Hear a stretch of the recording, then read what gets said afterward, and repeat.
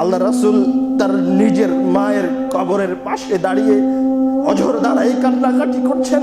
সর্বশ্রেষ্ঠ মানুষ মায়ের কবরের পাশে দাঁড়িয়ে কান্না করছেন, কিন্তু তার জন্য ক্ষমা চাইতে পারছেন না, সময় পার হয়ে গেছে।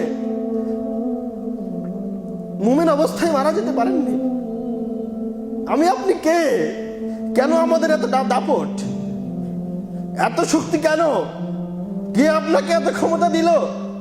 আপনি কি আল্লাহ রাসূলের চেয়ে বেশি বড়, বেশি শক্তিধর, বেশি ক্ষমতার অধিকারী? আপনি কেন মৃত্যুকে ভুলে গেলেন? আল্লাহ রাসূল কান্নাকাটি করছেন তার মায়ের কবরের সামনে, কিন্তু তার জন্য ক্ষমা চাইতে পারছেন না। এর চাইতে অসহায়ত্বের কোনো কিছু আছে? ওই জায়গায় আল্লাহ রাসূল সাল্লাল্লাহু আলাইহি ওয়াসাল্লাম পুরো উম্মাহকে একটা উপদেশ দিয়ে গেলেন, জুরুল কুবুরা, তোমরা কবর জিয়ারত করো, ফাইন্নাহা তুযাক্কিরুকুমুল মাউত, কেননা এই কবর তোমাদেরকে এই মৃত্যুর কথা স্মরণ করিয়ে দিবে।